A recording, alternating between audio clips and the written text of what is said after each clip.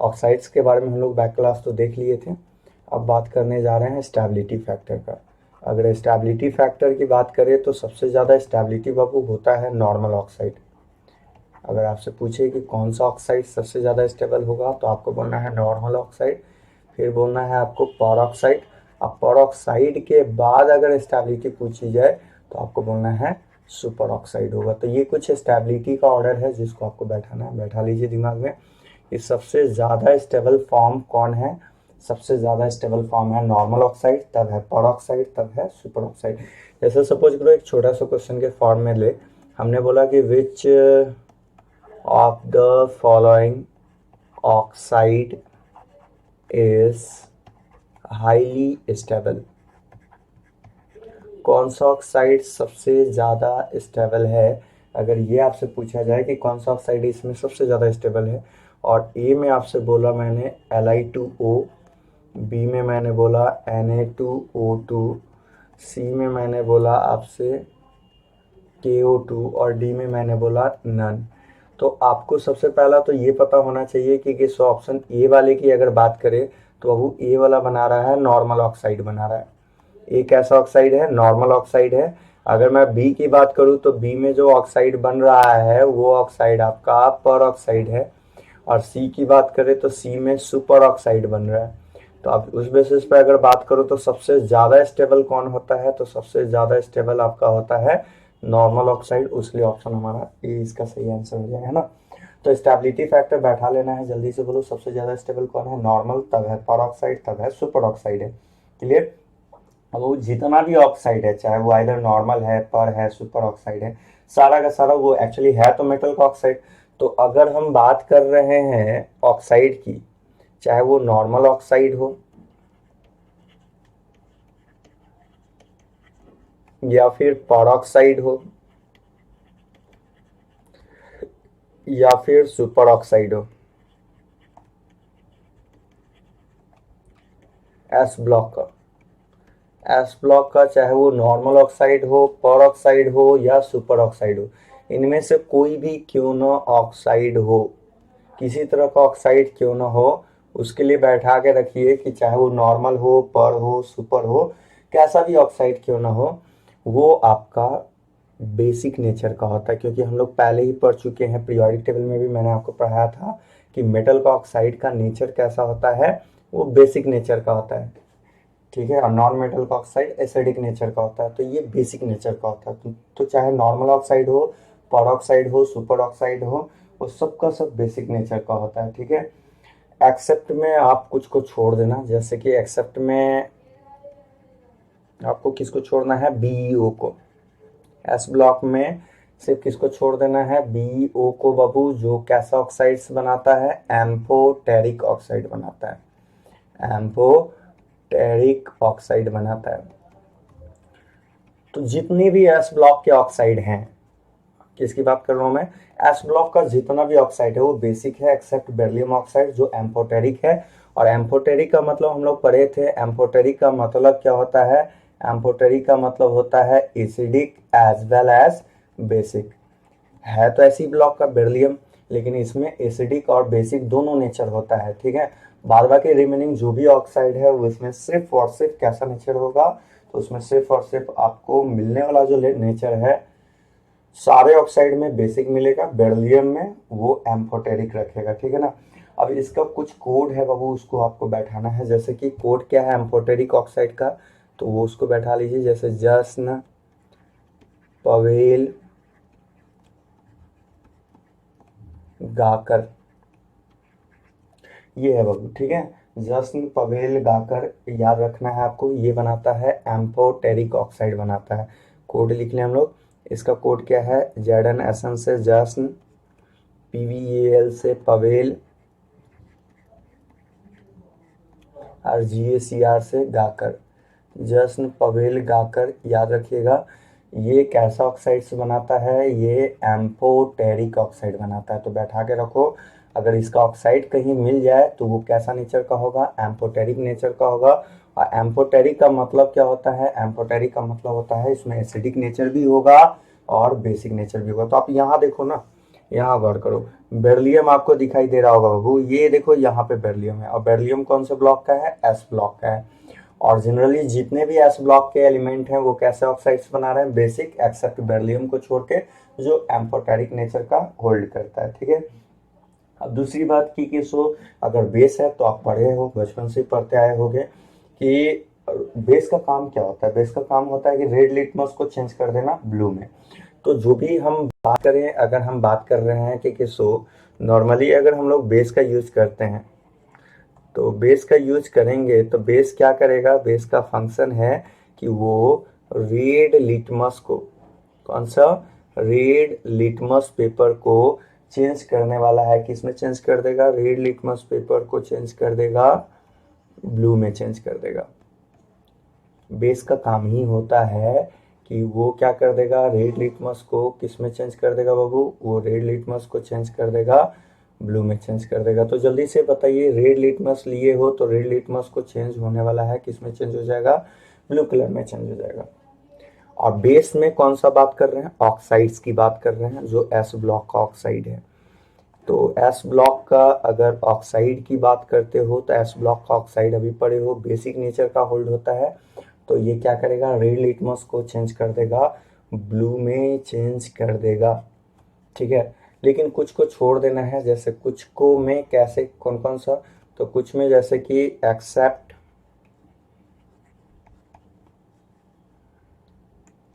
Peroxide and superoxide. Peroxide super oxide को छोड़ देना है। क्यों भाई परऑक्साइड सुपर ऑक्साइड को, बहुत देखो, peroxide super oxide is source of nascent O. ये क्या करता है, नैसेंटो देता है।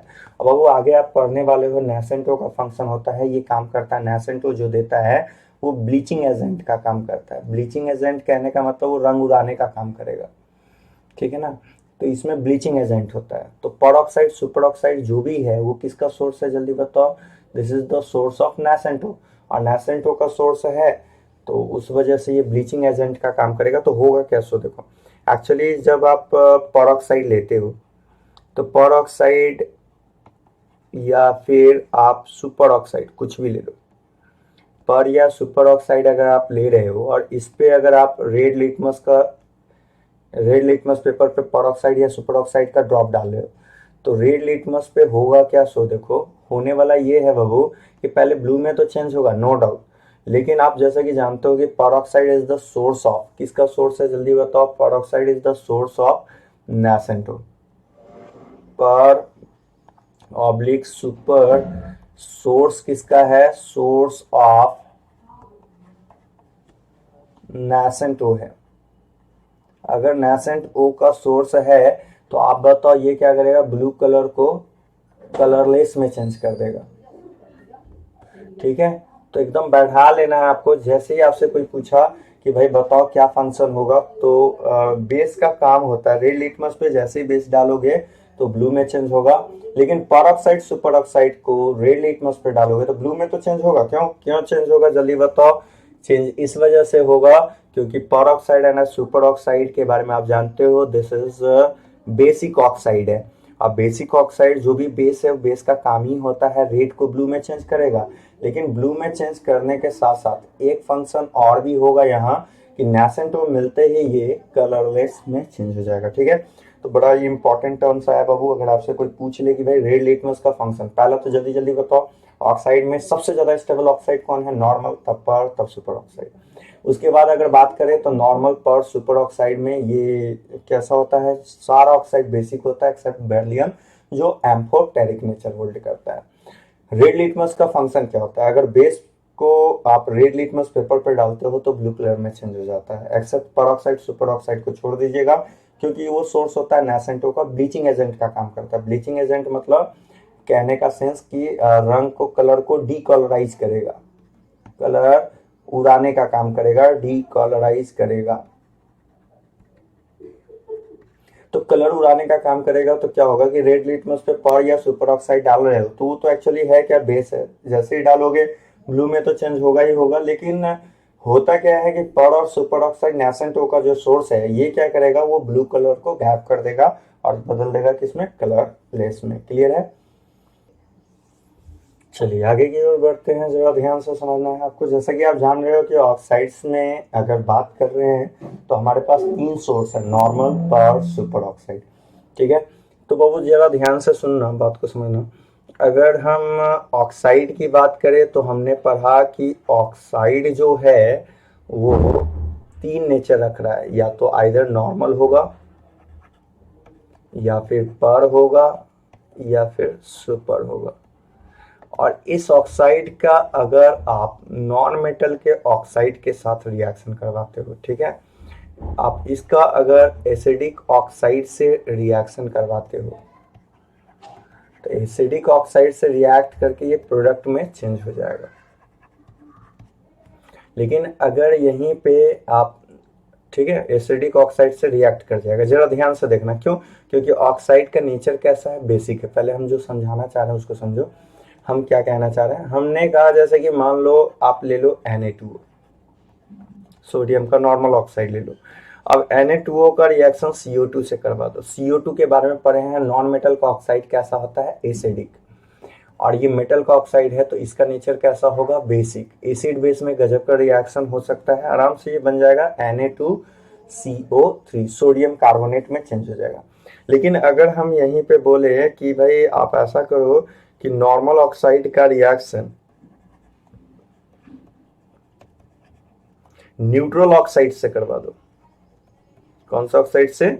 न्यूट्रल ऑक्साइड से रिएक्शन करवा दो, तो जवाब में ये मिलेगा बाबू कि नो रिएक्शन। क्यों नो रिएक्शन? कारण बताओ। कारण सिंपल सा है बाबू कि नॉर्मल ऑक्साइड, ऑक्साइड कोई भी है, ये तो बेसिक है। अब बेस किससे रिएक्ट करेगा? एसिड से। जबकि ये ऑक्साइड कैसा है, न्यूट्रल है, तो रिएक्शन नहीं होगा। जैसे कि मान लो मैंने बोला Na2O का रिएक्शन कार्बन मोनोऑक्साइड से करवा दो।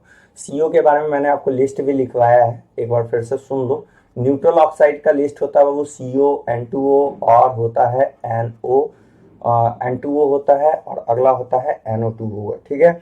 ये सब ऐसा है जो आपका कैसा नेचर का है, न्यूट्रल ऑक्साइड है। ठीक है, कैसा नेचर का है बताओ? न्यूट्रल ऑक्साइड के नेचर का है। तो जब भी अगर आपसे पूछा जाए कि बताइए क्या होगा, तो याद रखिएगा न्यूट्रल ऑक्साइड कभी भी बेस से रिएक्ट नहीं करेगा, नॉर्मल ऑक्साइड से रिएक्शन नहीं होगा। क्यों नहीं होगा? क्योंकि बेस और बेस का रिएक्शन हमेशा होता है एसिड से। लेकिन अगर यहीं पे हम पर ऑक्साइड का या फिर सुपर ऑक्साइड का रिएक्शन करवाएं बाबू, किससे करवाएं? न्यूट्रल ऑक्साइड से। तो न्यूट्रल ऑक्साइड से तो यहाँ प्रोडक्ट फॉर्म होगा। ऊपर वाले में देखो कोई भी रिएक्शन नहीं हो रहा है, जबकि नीचे वाले में रिएक्शन हो जाएगा। कैसे रिएक्शन होगा उसका भी कारण सुनो। एक्चुअली होता क्या है कि मान लो आपने लिया Na2O2। अब Na2O2 पर ऑक्साइड है, पर ऑक्साइड का जब CO से रिएक्शन करवाओगे तो क्या होगा? होना तो नहीं चाहिए था। क्यों नहीं होना चाहिए था? क्योंकि ये बेस है और ये क्या है, न्यूट्रल ऑक्साइड है।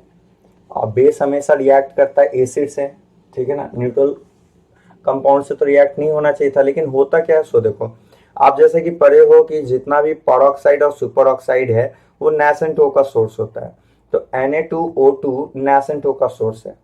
अब क्या होगा कि यही Na2O2 प्लस Na2O2, ये जो Na2O2 है ये तो आपका ब्रेकडाउन हो गया। किसमें टूटा? जल्दी बोलो। Na2O plus nascent O। तो ये Na2O प्लस नेसेंट O और प्लस CO, इसका रिएक्शन जब होगा तो ये O और प्लस CO से चेंज हो जाएगा ये CO2 में। अब बताओ था कैसा? था न्यूट्रल ऑक्साइड था। और जैसे ही नेसेंट O के कांटेक्ट में गया ये किस में चेंज हो गया? नेसेंट O के कांटेक्ट में जाते ही ये चेंज हो गया एसिडिक ऑक्साइड में। अब एसिडिक ऑक्साइड है तो ये एसिड है, ये बेस है, आराम से रिएक्ट होकर चेंज हो जाएगा Na2CO3। तो जल्दी बताइए फटाफट, ये सब बाबू काफी इंपॉर्टेंट पॉइंट है, बैठा के रखना है कि नॉर्मल ऑक्साइड न्यूट्रल ऑक्साइड के साथ रिएक्ट नहीं कर रहा है, लेकिन पर और सुपर वाला न्यूट्रल के साथ कर रहा है। ऐसा क्या हो जा रहा है? ऐसा ये हो रहा है कि सुपर और सुपर का जब न्यूट्रल के साथ रिएक्शन होगा तो ये नेसेंट O के हेल्प से ये न्यूट्रल ऑक्साइड चेंज हो जाएगा एसिडिक ऑक्साइड्स में चेंज हो जाएगा। कौन सा ऑक्साइड में चेंज हो जाएगा? एसिडिक ऑक्साइड में, और आसानी से रिएक्शन हो जाएगा। ठीक है, तो ये कुछ प्रॉपर्टी है जिसको आपको बैठाना है। क्या क्या मैंने बोला? मैंने बोला कि भाई जो भी है ऑक्साइड है, ऑक्साइड्स का आप रिएक्शन करवा रहे हो, किससे करवा रहे हो? एसिडिक ऑक्साइड से करवा रहे हो। तो एसिडिक ऑक्साइड से रिएक्ट करवा रहे हो तो आराम से रिएक्ट होके प्रोडक्ट बनेगा, बनेगा ना। लेकिन बाबू अगर यही रिएक्शन आप न्यूट्रल से करवा रहे हो तो नॉर्मल ऑक्साइड तो रिएक्ट नहीं करेगा, लेकिन पर और सुपर ऑक्साइड रिएक्ट करेगा। क्लियर है? तो ये था बाबू आपका। अब ऐसे करते हैं, अगले टर्म की ओर बढ़ते हैं।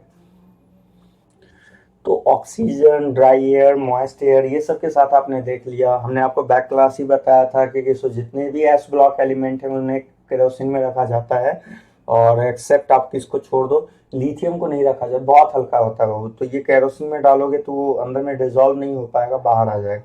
ठीक है ना? जबकि केरोसिन के ये अंदर सेटल डाउन हो जाएगा, तो आसानी से ये केरोसिन में अगर डाल रहे हो तो रिएक्शन तो होगा नहीं, डिफरेंट नेचर है ना। तो आप चाह रहे हो कि रिएक्शन ना हो तो ये नीचे बैठा रहेगा, केरोसिन के अंदर में बैठा रहेगा, लेकिन लिथियम लाइटर नेचर होने की वजह से सरफेस पे फ्लोट करने लगता है, और जैसे ही सरफेस पे आ जाएगा तो एटमॉस्फेरिक ऑक्सीजन से रिएक्ट करके ऑक्साइड, नाइट्राइड, ये सब। अच्छा, बैक क्लास आप ये भी पढ़े थे, नाइट्राइड का फॉर्मेशन सिर्फ और सिर्फ लिथियम करता है ना। अब आगे की ओर बढ़ते हैं बाबू, रिएक्शन विथ हाइड्रोजन की बात करते हैं, ध्यान से समझना। हाइड्रोजन के साथ reaction, reaction with hydrogen, hydrogen के साथ हम लोग रिएक्शन देखने वाले हैं। तो बाबू चाहे वो मेटल में आपका कोई भी मेटल क्यों ना हो, चाहे वो 1A ग्रुप का हो, 1A इन द सेंस की वो चाहे अल्कली मेटल हो, या फिर वो अल्कलाइन अर्थ मेटल हो, डजेंट मैटर। अगर मेटल प्लस H2 है तो ये मेटल का हाइड्राइड बना लेगा, MH बना लेगा। और 2A ग्रुप रहा तो 2A ग्रुप में क्या होगा, 2A मतलब अल्कलाइन अर्थ मेटल रहा तो क्या होगा, अल्कलाइन अर्थ मेटल के केस में, अर्थ मेटल के केस में होने वाला क्या है कि मेटल का रिएक्शन जब H2 से होगा तो बन जाएगा यहाँ से MH2 का फॉर्मेशन होगा। तो जल्दी से बताइए क्या क्या बन रहा है, ये पहले देखिए। आपने क्या देखा कि 1A ग्रुप के साथ रिएक्ट करके मेटल हाइड्राइड बना रहा है, अल्कलाइन अर्थ मेटल के साथ रिएक्ट करके MH2 लाइक का कंपाउंड फॉर्म हो रहा है ना। तो ये दो तरह का कंपाउंड होता है बाबू, चाहे वो अब जैसे रिएक्ट कर ले, लेकिन मेटल का हाइड्राइड बनेगा, मतलब कि मेटल का रिएक्शन H2 से होके मेटल हाइड्राइड बनेगा। अच्छा, एक चीज और इंफॉर्मेशन वाली बात कि बाबू जैसे CaH2 होता है ना, CaH2 को हम लोग एक नाम से जानते हैं जिसका नाम होता है हाइड्रोलिथ कहा जाता है। CaH2 का नाम अगर कोई पूछे तो आपको बोलना है CH2 को क्या कहते हैं, हाइड्रोलिथ कहते हैं। ठीक है, पूछ लेता है हाइड्रोलिथ का फॉर्मूला क्या होगा, तो CaH2 होगा। अब जितने भी मेटल हैं, जैसे कि आपने देखा कि दो मेटल है, एक है आपका 1A ग्रुप है, दूसरा 2A ग्रुप है। तो जो भी आप 1A में, मतलब मेरे कहने का सेंस है कि अगर आप अल्कली मेटल की बात करते हो, ये कौन सा मेटल है, अल्कली मेटल है। तो अगर आप अल्कली मेटल की बात करते हो तो अल्कली मेटल में हम लोग ये कहेंगे कि all metal are ionic hydride. कैसा नेचर, बॉन्ड में होता है ना, आयनिक कोवेलेंट होता है। तो जितना भी अल्कली मेटल का हाइड्राइड है वो आयनिक नेचर का है। अल्कली मेटल के बारे में, all are ionic hydride, ionic hydride जितना भी है वो कैसा नेचर का है, बोलो जल्दी से। हाइड्राइड में अगर बात कर रहे हो तो वो हाइड्राइड में कैसा नेचर रखेगा, तो आयनिक हाइड्राइड बनाएगा। ठीक है, जबकि अगर आप अल्कलाइन अर्थ मेटल की बात करते हो तो अल्कलाइन अर्थ मेटल के लिए बता दूं बाबू कि अल्कलाइन अर्थ मेटल जो है, अर्थ मेटल जो है, इसमें अल्कलाइन अर्थ मेटल में आपको ये समझ में आना चाहिए कि BH2 जो है और BH2 MgH2 ये आपका बनाता है कोवेलेंट हाइड्राइड। कैसा बनाएगा, कोवेलेंट हाइड्राइड बनाएगा। जबकि बेरिलियम मैग्नीशियम को छोड़ के जो भी बच रहा है आपका, चाहे वो हाइड्रोलिथ हो, CH2 हो, SrH2 हो, BaH2 हो, ये सब का सब आयनिक नेचर का होता है। तो ये कुछ इंपॉर्टेंट पॉइंट है, बैठा के रखिएगा। अगर आपसे पूछे कि अल्कली मेटल का हाइड्राइड कैसा नेचर होगा, क्या बोलोगे, जल्दी बताओ। अल्कली मेटल का हाइड्राइड के बारे में बोल दे तो आपको बोलना है कि अल्कली मेटल का जितना भी हाइड्राइड है वो आयनिक नेचर का है। कोवेलेंट नेचर का कौन रख रहा है, तो BH2 and MgH2 and BH2। और कैल्शियम, स्ट्रोंशियम, बेरियम का हाइड्राइड कैसा नेचर है, वो रख रहा है बाबू आयनिक नेचर का हाइड्राइड है। कैसा नेचर का है, आयनिक। अब दूसरी बात बाबू की जरा ध्यान से सुनना। एक्चुअली होता क्या है कि अगर आप जो भी हाइड्राइड है उसका रिएक्शन वाटर से करवाते हो, इसमें पहले एक दो बात और आपको इन्फॉर्म कर दें कि जो BH2 है बाबू, BH2 एंड MgH2, ये दो हाइड्राइड जो है ये पॉलीमेरिक एंड डाइमेरिक दोनों फॉर्म में एग्जिस्ट करता है। It formed in dimeric and polymeric structure. ये डाइमेरिक फॉर्म में भी और पॉलीमेरिक स्ट्रक्चर दोनों बनाता है। जैसे आइए थोड़ा सा इस पर बात कर लेते हैं, ध्यान दे दीजिएगा। जैसे कि मान लीजिए मैंने बोला BH2, अगर आपको BH2 के बारे में बोल रहे हैं तो आप कैसे लिखोगे, BE, यहाँ H, यहाँ H। ध्यान देना, अगर हम HH दिखा दिए तो आप जैसा कि जानते हो सिंगल बॉन्ड में 2 इलेक्ट्रॉन का इन्वॉल्वमेंट होता है, अगला भी सिंगल में 2, तो इनमें इलेक्ट्रॉन का वैल्यू कितना होगा, 4 होगा। अब जैसा कि हम लोग पढ़े हैं कि ये 4 है, तो 4 है तो क्या होगा बाबू, एक बात समझो, नोट का बात समझना कि जिसके पास इनकम्प्लीट ऑक्टेट में इनकम्प्लीट ऑक्टेट हो,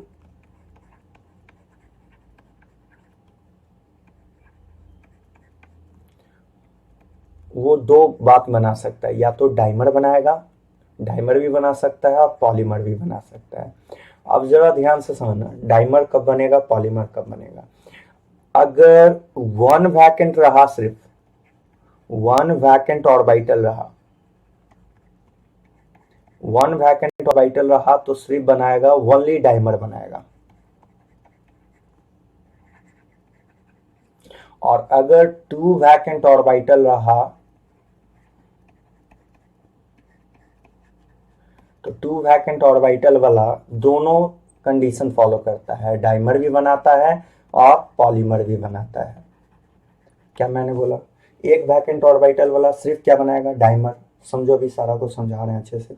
वन वैकेंट ऑर्बिटल वाला क्या बनाएगा, डाइमर। जबकि दो वैकेंट ऑर्बिटल वाला क्या क्या बना सकता है, जल्दी बोलो, वो बनाएगा डाइमर भी बना सकता है और क्या बनाएगा, पॉलीमर भी। मतलब दोनों फॉर्म को एग्जिस्ट कर सकता है, डाइमेरिक फॉर्म में भी एग्जिस्ट होगा और पॉलीमेरिक फॉर्म में भी एग्जिस्ट करेगा। एक वैकेंट वाला डाइमर, दो वैकेंट वाला पॉलीमर भी, डाइमर भी। अब कैसे पता चलेगा, जरा ध्यान से सुनना बाबू। देखो, दो इलेक्ट्रॉन का डेफिशिएंसी, दो इलेक्ट्रॉन का अगर डेफिशिएंसी हो तो डेफिशिएंसी से दो इलेक्ट्रॉन एक डब्बा में जाता है।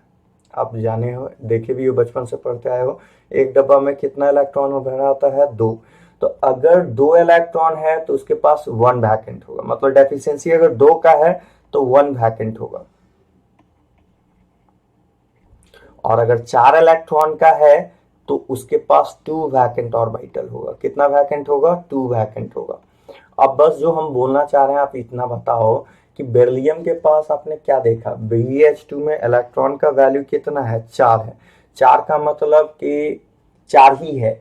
अब 4 है तो आप बताओ, अगर 2 इलेक्ट्रॉन का डेफिशिएंसी है 8 में, 8 इलेक्ट्रॉन पूर्णे में अगर 2 का डेफिशिएंसी है तो 1 वैकेंट होगा। अब बताओ 4 है, 8 में कितना कम रहा है, 4। डेफिशिएंसी कितना का, 4। अगर 4 इलेक्ट्रॉन की कमी है तो कितना वैकेंट होगा, 2। तो बताओ बेरिलियम के पास कितने वैकेंट होंगे, 2 वैकेंट है। और अगर 2 वैकेंट है तो 2 वैकेंट वाले के लिए कंडीशन आपने क्या पढ़ा है, 2 कंडीशन पढ़ा कि वो डाइमेरिक फॉर्म में भी एग्जिस्ट करेगा और कैसा, पॉलीमेरिक फॉर्म में भी। तो अब इसका और देखते हैं डाइमेरिक फॉर्म कैसा होगा और पॉलीमेरिक फॉर्म कैसा होगा। चलिए तो एक एक कर करके बात करते हैं। सबसे पहले डाइमेरिक फॉर्म की बात करते हैं। अगर हम इसका डाइमेरिक फॉर्म लेते हैं BH2 का, तो BH2 का अगर डाइमेरिक लोगे तो कैसा फॉर्म होगा, सो देखो ध्यान देना।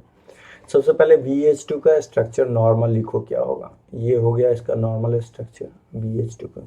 हाइब्रिडाइजेशन की बात करोगे तो हाइब्रिडाइजेशन निकालना आपने सीखा है, कैसे निकालते हैं, सिग्मा प्लस लोन पेयर से। सिग्मा का वैल्यू 2 दिखाई दे रहा है, लोन पेयर 0, वैल्यू 2, 2 में हाइब्रिडाइजेशन होगा sp। ये था BH2 का कहानी। अगर ये डायमेरिक होगा तो कैसे होगा, ये जरा ध्यान से देखो। डायमेरिक होगा तो BH2 एग्जिस्ट करेगा Be2H4 के फॉर्म में। अब देखो इसका स्ट्रक्चर कैसे होगा, सो देखना। Be2H4 का स्ट्रक्चर अगर लिखना है तो कैसे लिखेंगे, HBe, यहाँ H, यहाँ देखो Be और यहाँ H और यहाँ H। और वो आपको पता है ना कि सिंगल बॉन्ड में कितने इलेक्ट्रॉन होते हैं, 2। अगला भी सिंगल बॉन्ड में कितना इलेक्ट्रॉन होगा, 2। तो ये क्या करता है कि अपना एक इलेक्ट्रॉन, दोनों में कमी है तो ये लोग अपना एक इलेक्ट्रॉन इसको ट्रांसफर करता है, इसका भी एक इलेक्ट्रॉन इस तरफ ट्रांसफर होता है।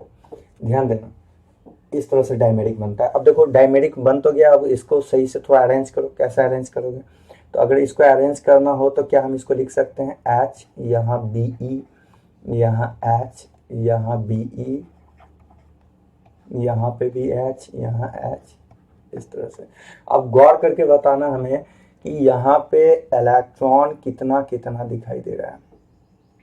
2 इलेक्ट्रॉन था ना, ये इलेक्ट्रॉन इधर सेंटर पे चला गया। तो जरा गौर करना बाबू, ये बॉन्ड को बनाना बॉन्ड भी कहा जाता है। कौन सा बॉन्ड कहा जाता है, बनाना बॉन्ड कहा जाता है, ठीक है ना, बनाना बॉन्ड कहा जाता है। और दूसरी बात कि इसमें अगर सेंटर की बात करें तो सेंटर काउंट करो, कितना सेंटर है, गौर करना। सेंटर की अगर बात करें तो एक सेंटर बेरिलियम है, दूसरा सेंटर ये है और तीसरा सेंटर ये है। सेंटर आपको कितना दिखाई देगा, 3 सेंटर है। और इलेक्ट्रॉन का इन्वॉल्वमेंट देख लो कितना है, एक इलेक्ट्रॉन यहाँ है, दूसरा इलेक्ट्रॉन यहाँ है। तो अगर उस बेसिस पे बात करें तो हम लोग क्या कहेंगे कि Be2H6 का बॉन्ड कैसा होता है, जल्दी बताओ, बनाना बॉन्ड होता है। कौन बनाना बॉन्ड बनाएगा, जिसमें इनकम्प्लीट ऑक्टेट होगा। इलेक्ट्रॉन का वैल्यू आपको अभी मैंने तरीका बड़ा आसान सा समझाया कि सो अगर 8 में 2 कम रहा है तो वो सिर्फ और सिर्फ डाइमर बनाएगा, और अगर 8 में 4 कम रहा है इलेक्ट्रॉन तो डाइमर भी और पॉलीमर, जैसे इसका ये डायमेरिक फॉर्म है। अब बताओ इसमें बॉन्ड की बात कर रहे हैं तो ये तो हो गया। अगला जरा ध्यान से देखना कि सेंटर कितना आ गया। सो देखो सेंटर की बात करो, सेंटर 1 बेरिलियम, 2 बेरिलियम और 1 हाइड्रोजन। सेंटर जरा ध्यान से फिर से देखो, बेरिलियम, ये 2 इलेक्ट्रॉन जो है, इसका 1 इलेक्ट्रॉन इसके बीच में आ गया, तो ये इलेक्ट्रॉन कितने के बीच में शेयर्ड हो गया, 3 ना। देखो सेंटर पहले गिनो, 1 बेरिलियम, हाइड्रोजन, बेरिलियम, तो 3 सेंटर, इलेक्ट्रॉन 2 है। तो हम लोग कहेंगे कि BH2 में कैसा बॉन्ड बनता है, 2 इलेक्ट्रॉन 3 सेंटर्ड बॉन्ड बनता है। 2 इलेक्ट्रॉन 3 सेंटर्ड बॉन्ड बनता है। 2E का मतलब 2 इलेक्ट्रॉन, 3C का मतलब सेंटर्ड बॉन्ड बना रहा है। अच्छा, हाइब्रिडाइजेशन की बात कर बाबू, हाइब्रिडाइजेशन कैसे लिखोगे, हाइब्रिडाइजेशन लिखने का formula sigma plus lone pair. ध्यान से देखना, गौर करना। अगेन फिर से मैं इसको लिख दूं, HBe, यहाँ H, यहाँ Be, यहाँ H, यहाँ ऐसे है। अब अगर हम इसके हाइब्रिडाइजेशन की बात कर रहे हैं तो जरा ध्यान से देखना, 1 सिग्मा, 2 सिग्मा, 3 सिग्मा। तो सिग्मा का तो वैल्यू 3 हो गया, लोन पेयर 0, वैल्यू 3, 3 में sp2। तो बताइए, ये जब मोनोमेरिक फॉर्म में था BH2, तो मोनोमर, मोनोमर मतलब अकेला है, तो उस केस में हाइब्रिडाइजेशन कैसा था, इसका sp हाइब्रिडाइज था। लेकिन जब डायमेरिक फॉर्म में गया तो इसका हाइब्रिडाइजेशन कैसा हो गया, sp2 हो गया। अच्छा, ये केस तो वो वाला केस था ना भाई, जब ये किस फॉर्म में एग्जिस्ट कर रहा है, डायमेरिक फॉर्म में। अगला केस क्या होगा हमारा, अगला केस वो होगा जिसमें वो एग्जिस्ट करेगा पॉलीमेरिक फॉर्म में। अब पॉलीमेरिक का मतलब क्या होता है, पॉली वर्ड का मतलब हो गया बहुत सारा यूनिट जोड़ने वाला है। पॉली मतलब पॉली मतलब होता है मैनी, अब मर का मतलब होता है यूनिट, बहुत सारा यूनिट जुड़ेगा तो बनेगा पॉलीमेरिक फॉर्म। अब जरा ध्यान से देखना, BH2 का पॉलीमेरिक फॉर्म अगर हम बोले तो BH2 अगर ये पॉलीमेरिक फॉर्म में एग्जिस्ट करता है तो पॉलीमेरिक फॉर्म में कैसे एग्जिस्ट करेगा, तो ये करेगा BeH2 होल n में, ठीक है। अब जरा ध्यान से इसको समझना, BeH2 होल n में मतलब कि बेरिलियम का n मॉलिक्यूल जुड़ने वाला है। ध्यान दो कैसे बनाओगे, सो देखो BHH, ठीक है। अब अगला फिर वैसे ही टिल्ट करके बनाओ, HH, BeHH, फिर अगला BeHH, फिर अगला BeHH। अब वो ये इस तरह से बढ़ते चला जाएगा, ठीक है। अब जरा ध्यान से देखो, डायमेरिक में क्या किए थे आप, गौर करना, तो हाइड्रोजन को ये जो हाइड्रोजन है दोनों बेरिलियम से जोड़ दिए थे, तो जोड़ दो, ये हाइड्रोजन को ये भी बेरिलियम से जोड़ दो, ये भी बेरिलियम से जोड़ दो, ये भी बेरिलियम से जोड़ दो, ये भी बेरिलियम से जोड़ दो, है ना। सॉरी, एक मिनट,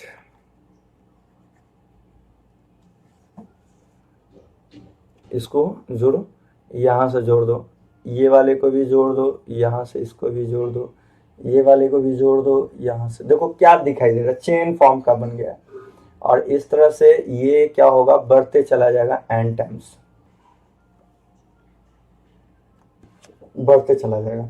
तो बताओ BH2 का खासियत क्या क्या देखा। BH2 का खासियत ये देखे कि BH2 डाइमर भी बना रहा है, पॉलीमर भी बना रहा है। डाइमेरिक फॉर्म में आप देख लिए बॉन्ड कैसा कैसा बन रहा है, कितना सेंटर्ड है नहीं है, तो वो चाहे डाइमेरिक हो या पॉलीमेरिक हो। अभी भी बाबू अगर हम बात करें तो क्या बॉन्ड में थोड़ी ना चेंजिंग हो जाएगा। देखो यहाँ पे एक इलेक्ट्रॉन एक इलेक्ट्रॉन, अभी भी देखो बनाना बॉन्ड ही बन रहा है।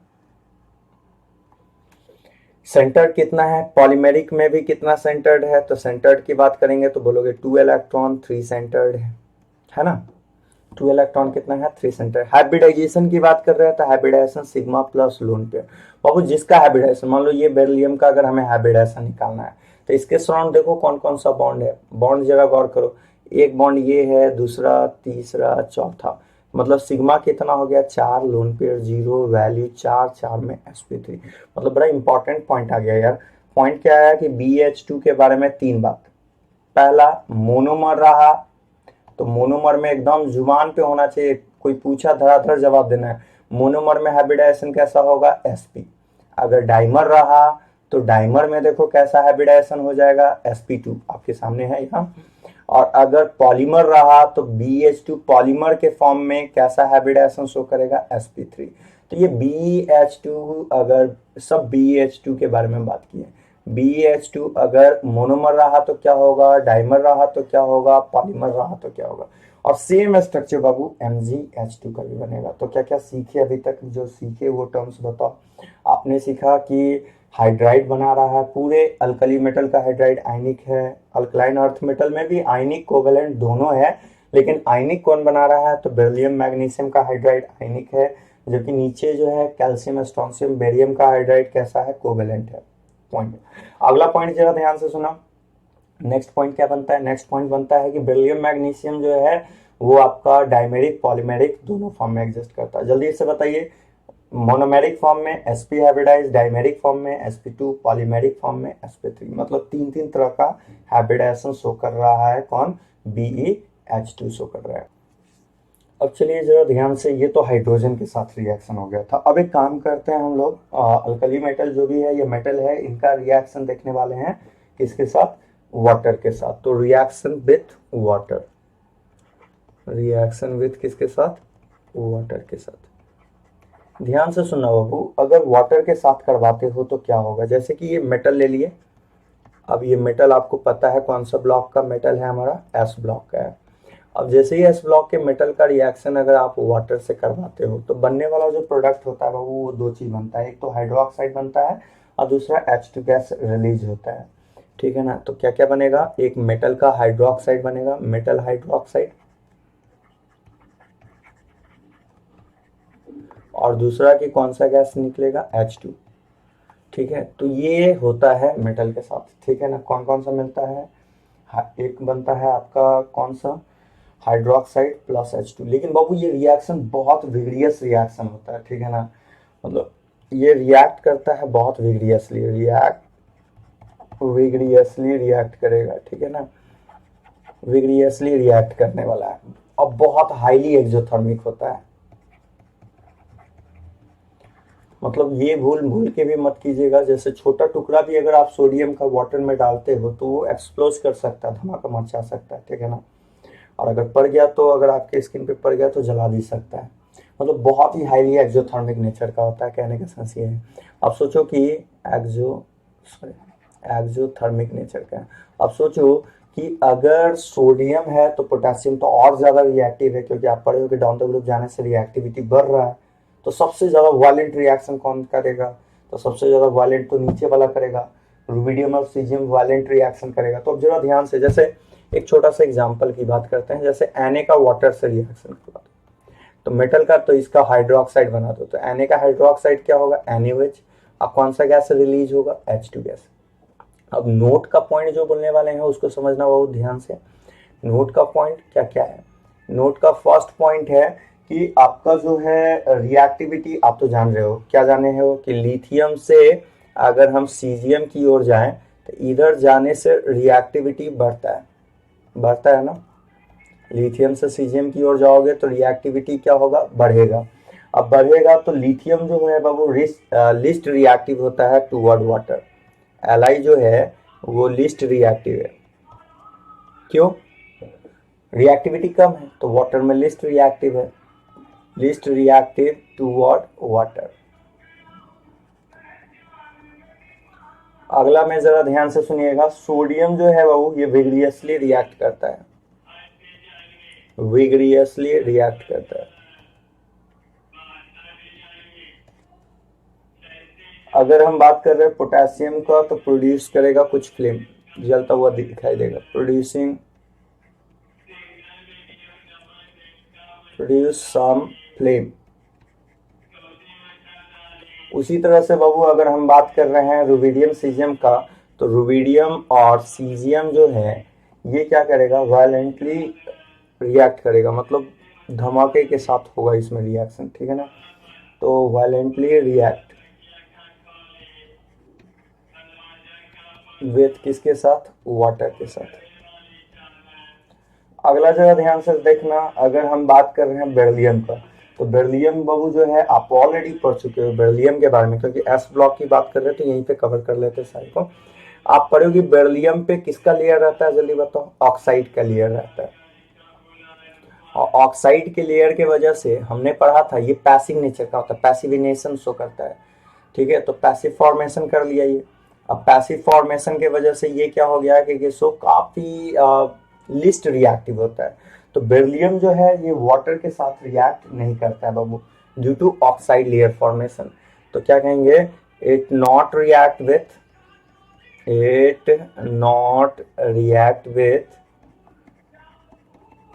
H2O ड्यू टू, बोलो किसके वजह से, ऑक्साइड लेयर फॉर्मेशन।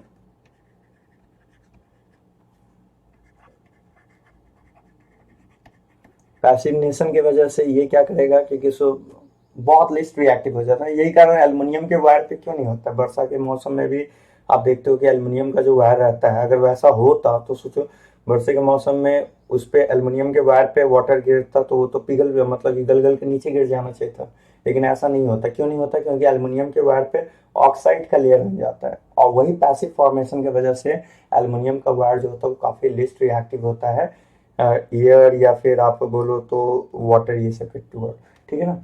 तो ये हो गया। अगला जरा ध्यान से सुनना बाबू, ये तो हो गया बेरिलियम के बारे में हमने बात कर लिया। अगला अगर बात कर रहे हैं मैग्नीशियम के बारे में, तो मैग्नीशियम जो है बाबू ये रिएक्ट करता है हॉट वाटर से। किससे रिएक्ट करता है, मैग्नीशियम रिएक्ट करेगा हॉट वाटर से, ठीक है ना, हॉट वाटर से ओनली रिएक्ट करेगा, ओनली रिएक्ट करेगा। और मैग्नीशियम के बाद अगर बात कर रहे हैं हम लोग कैल्शियम या स्ट्रॉन्शियम या बेरियम, तो बाबू ये जो है रिएक्ट करता है कोल्ड वाटर से, रिएक्ट विथ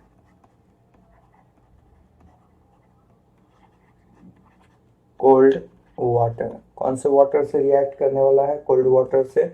और यहाँ स्लोली रिएक्शन होता है, मतलब कि फास्ट रिएक्शन का जो कहानी मिल रहा है वो अल्कली मेटल में मिल रहा है। तो जल्दी से बताइए, वाटर के साथ रिएक्ट करवा रहे हो मेटल का, तो क्या बनाएगा, हाइड्रोक्साइड बनाएगा, और कौन सा चीज बनाएगा, H2 गैस बनाएगा, H2 गैस रिलीज होगा, ठीक है ना।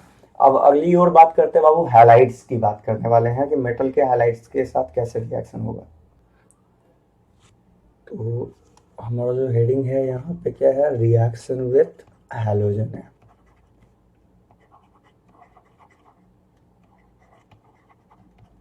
हैलोजन के साथ रिएक्शन देखने जा रहा है, ध्यान देना बाबू। अगर आप हैलोजन के साथ रिएक्शन कर रहे हो तो हमारे पास मेटल में अगेन दो तरह का मेटल है। पहला है अल्कली मेटल, है ना, फर्स्ट मेटल है अल्कली मेटल। अल्कली मेटल का अगर रिएक्शन आप हैलोजन के साथ करवाते हो, मेटल का H2 के साथ रिएक्शन करवाते हो, तो बनता है बाबू MX2 बनता है, MX टाइप का कंपाउंड बनता है, क्योंकि मेटल भी है मोनोवेलेंट, +1 ऑक्सीडेशन है और हैलोजन पे भी +1 है, तो MX टाइप का बनेगा। ठीक है ना। तो ये आपका MX बन रहा है। जबकि अगर आप अल्कलाइन अर्थ मेटल के साथ रिएक्शन करवाते हो, अल्कलाइन अर्थ मेटल के साथ अगर आप रिएक्शन करवाते हो, AEM का मतलब अल्कलाइन अर्थ मेटल की बात कर रहे हैं, इसके साथ रिएक्शन करवाते हो, तो रिएक्शन से बनने वाला प्रोडक्ट क्या होगा, जैसे M+X2 मिलके बना लेगा MX2 का फॉर्मेशन करेगा। ठीक है ना। तो हैलाइड्स तो दोनों में बन रहा है, चाहे वो आपका अल्कली मेटल हो या फिर अल्कलाइन अर्थ मेटल हो। लेकिन वो इम्पॉर्टेंट बात ये याद आता है ना इसमें कि पोटासियम, रुबिडियम, सीजियम जो है वो हैलाइड बनाता है। ठीक है ना। और वो क्या करता है कि वो पॉलीहैलाइड्स का फॉर्मेशन करता है। ठीक है। देखिए अल्कली मेटल में आप बताओ कौन कौन सा अल्कली मेटल है। जैसे कि एक छोटे से टर्म में बात करें अल्कली मेटल का, तो आप ले लो LiCl, LiCl, NaCl, KCl, RbCl और CaCl। ठीक है, ये है आपका अल्कली मेटल है। अब इसके हैलाइड्स की बात कर रहे हैं तो बबू LiCl जो होता है वो कोवैलेंट नेचर का होता है। कैसा नेचर का होता है? कोवैलेंट नेचर का होता है। जबकि NaCl, KCl, RbCl, CaCl ये जो होता है बाबू, ये आपका आयनिक नेचर का होता है। ठीक है। वैसे ही अगर हम 2A ग्रुप की बात करते हैं, इसमें बात कर रहे हैं, ये तो इसके लिए बात कर लिए अल्कली मेटल की। अगर हम अल्कलाइन अर्थ मेटल की बात करते हैं तो अल्कलाइन अर्थ मेटल में क्या है, BeCl2 है, MgCl2 है, और क्या है, CaCl2 है, और क्या है, SrCl2 है, फिर क्या है, BaCl2 है। ये है ना। तो जरा ध्यान से सुनना कि अगर हम बात कर रहे हैं BeCl2 से MgCl2, तो ये आपका बनाता है कोवैलेंट नेचर, जबकि इनका जो नेचर हो है वो कैसा है, आयनिक है। ठीक है ना। तो आपके सामने है जो भी है, आप ध्यान से देख लो इसको, कौन कौन सा आयनिक है। सोडियम, पोटेशियम, रुबिडियम, सीजियम वाला आयनिक है। LiCl कैसा है, कोवैलेंट है। बेरिलियम, मैग्नीशियम का हैलाइड कैसा है, आपका कोवैलेंट है। कैल्शियम, स्ट्रोंशियम, बेरियम वाला कैसा है, आयनिक है। ठीक है ना। तो इस तरह से होगा। अगला जरा ध्यान से अगर बात कर रहे हैं इस तरफ, तो आप नीचे की ओर जा रहे हो, इधर की ओर जाओगे तो आयनिक नेचर बढ़ेगा। कौन सा नेचर बढ़ने वाला है, आयनिक नेचर बढ़ जाएगा। ठीक है बाबू। अगला जरा ध्यान से समझना, पोटेशियम, रुबिडियम, सीजियम, ये नोट का पॉइंट इंपॉर्टेंट है, बैठा के रखना है। नोट का पॉइंट क्या है कि पोटेशियम, रुबिडियम, सीजियम जो है बाबू, ये फॉर्म करता है पॉलीहैलाइड, फॉर्म्ड पॉलीहैलाइड्स का फॉर्मेशन करता है। पॉलीहैलाइड कहने का मतलब ये जैसे Ki है, ये I2 के साथ रिएक्ट करके फर्दर हैलाइड्स बनाएगा Ki3। अब Ki3 को कैसे तोड़ोगे, तो K plus plus I3 minus के फॉर्म में। इसके स्ट्रक्चर की बात करें तो K प्लस I3 माइनस का स्ट्रक्चर ड्रॉ करो। I, यहाँ भी अगला I है, यहाँ I है, इस तरह से होगा। बॉन्डिंग में आपको मैंने पढ़ाया भी है। ठीक है ना। लीनियर से पकड़ेगा, यहाँ माइनस Ki3 का स्ट्रक्चर। तो बताओ कौन कौन सा पॉलीहैलाइड्स बना रहा है। अगर आपसे कोई पूछ ले तो क्या बोलोगे, पॉलीहैलाइड्स का फॉर्मेशन कौन करता है, पोटेशियम, रुबिडियम, सीजियम, मात्र यही तीन आपका पॉलीहैलाइड्स बनाता है। ठीक है ना। अगला जैसे मान लो कि हम बात कर रहे हैं CsBr2 का, CS सीजियम के ब्रोमाइड का रिएक्शन Br2 से करवा दो, अगेन ये भी बना लेगा। कैसे बनाएगा, CsBr3 के फॉर्म में एग्जिस्ट करेगा। अब यहाँ पे भी कैसे आप एग्जिस्ट करवाओगे, CH plus plus Br3 minus, same as structure होगा। तो जल्दी से बताइए कि आपने जो पढ़ा वो क्या क्या पढ़ा। अल्कली मेटल में हैलाइड्स में कौन, LiCl के बारे में, ये पॉइंट बैठा लीजिए। LiCl कैसा है, कोवेलेंट है, जबकि रिमेनिंग क्लोराइड कैसा है, आयनिक है। BeCl2, MgCl2 ये कोवेलेंट है, रिमेनिंग कैसा है, आयनिक है। और पोटेशियम, रुबिडियम, सीजियम का हैलाइड्स कैसा है आपका, ये पॉलीहैलाइड्स तो बना ही रहा है। दूसरी बात की पॉलीहैलाइड्स के साथ साथ कि इसका बाबू जो नेचर है वो कैसा कैसा नेचर है, आयनिक नेचर है। और I3 माइनस का शेप का बात करें तो आप बोलोगे लीनियर नेचर होगा। कैसा, लीनियर से पकड़ेगा। वो बेरिलियम मैग्नीशियम का जो क्लोराइड है वो पॉलीमेरिक फॉर्म में एग्जिस्ट करता है by the help of coordinate bond. आप इस बात को समझो, ध्यान से समझना। और जो बोलने वाले हैं नोट का अगला पॉइंट, क्या लिखने वाले हैं हम लोग नोट करके ये लिख रहे हैं कि BeCl2 हो या फिर MgCl2 है बाबू, ये दोनों फॉर्म में एग्जिस्ट करेगा, डाइमेरिक फॉर्म में भी एग्जिस्ट करने वाला है एंड पॉलीमेरिक फॉर्म में भी एग्जिस्ट करने वाला है। ठीक है, अब इसमें थोड़ा सा आ जाओ, इसकी भी बात कर लेते हैं जब बात कर ही रहे हैं तो। ध्यान से सुनना बाबू, एक्चुअली होता क्या है कि BeCl2 पे पहले बात करते हैं।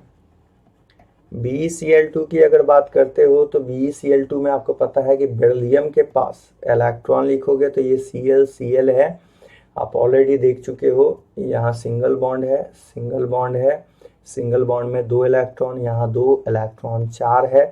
और 4 है तो 8 में कितना कम रहा है? 4। तो जिसमें 8 में 4 कम रहा है तो मैंने पहले ही लिखवा दिया था, अगर 2 कम रहा है तो सिर्फ डाइमर बनाएगा, 4 कम रहा है तो वो डाइमर और पॉलीमर दोनों बनाएगा। तो 4 है तो 4 कम रहा है, इसलिए BeCl2 डाइमेरिक फॉर्म में भी एग्जिस्ट करेगा और किस फॉर्म में एग्जिस्ट करेगा? पॉलीमेरिक फॉर्म में भी एग्जिस्ट करेगा। जल्दी से चलिए इसका डाइमेरिक फॉर्म देखते हैं। अगर मैं बात करूं इसके डाइमेरिक फॉर्म की बात करूं तो डाइमेरिक फॉर्म जरा ध्यान से समझना कैसे होगा इसका डाइमेरिक फॉर्म।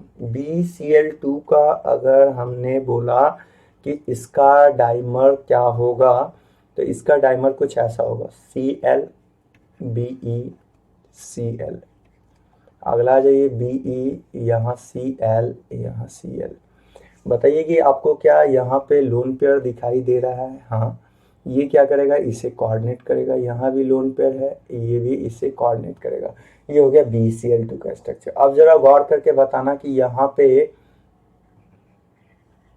सर आप BH2 में क्या किए थे? H वाला इलेक्ट्रॉन ट्रांसफर किए थे। अरे भाई, तो H के पास इलेक्ट्रॉन नहीं था। ध्यान से सुनो, एक बात समझो जो बोलना चाह रहे हैं। जैसे कि मान लो कि H है, ठीक, ये X कोई स्पीसीज है जिसके पास इनकम्प्लीट ऑक्टेट है।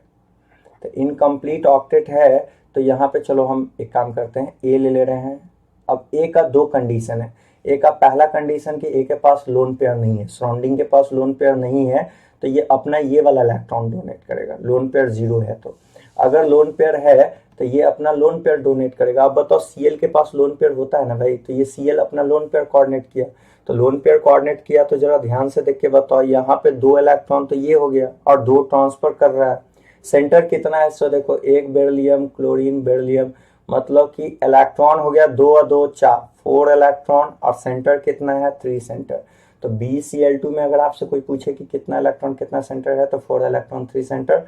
हाइब्रिडाइजेशन बाबू जैसे पहले पढ़े थे वैसे ही बोलना।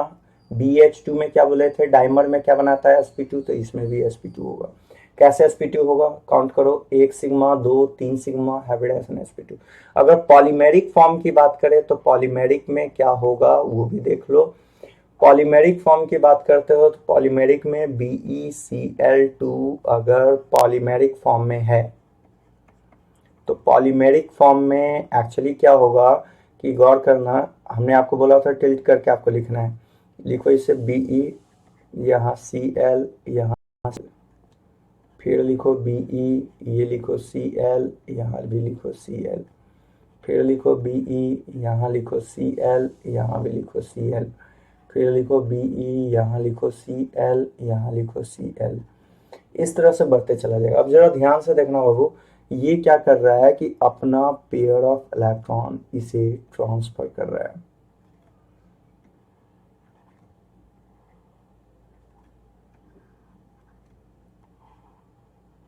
एकदम हूबहू BH2 जैसा ही स्ट्रक्चर होने वाला है, लेकिन बस इसमें पॉलीमेरिक फॉर्म हो जाएगा। हाइब्रिडाइजेशन की बात करोगे बाबू, अभी भी सेंटर बताओ जल्दी से। BeCl2 वाले में सेंटर कितना बन रहा है? 4 इलेक्ट्रॉन 3 सेंटर। हाइब्रिडाइजेशन की बात करोगे, हाइब्रिडाइजेशन होगा sp3। क्यों सर sp3 क्यों होगा वो भी देख लो। जैसे कि मान लो ये वाला B की बात कर रहे हैं तो यहाँ देखो बॉन्ड कौन सा है, ये है 2 3 4, सिग्मा का वैल्यू 4 हो जाए तो हाइब्रिडाइजेशन कैसे निकलता है? sp3 निकलता है ना। तो ये है बाबू कुछ आपका, जैसे कि हैलाइड्स के बारे में हमने देख लिया। अब एक छोटा सा है नाइट्राइड, तो उसको देख के फिर आगे की ओर बढ़ेंगे। आपने पढ़ा था ना, याद होगा आपको कि एस ब्लॉक में जितना भी मेटल है, एस ब्लॉक का अगर हम N2 से रिएक्शन करवाते हैं तो ये नाइट्राइड बनाता है। नाइट्राइड में ओनली कौन नाइट्राइड नहीं बनाता है, तो पोटेशियम, रुबिडियम, सीजियम और सोडियम भी। बाबू ये नॉट फॉर्म नाइट्राइड, ये ऑलरेडी शुरू में ही हम लोग बात कर चुके हैं, नॉट फॉर्म नाइट्राइड। मैंने आपको क्लियर कट बताया था कि अल्कली मेटल में वन ए ग्रुप में ओनली नाइट्राइड बनाता है, ओनली नाइट्राइड फॉर्म्ड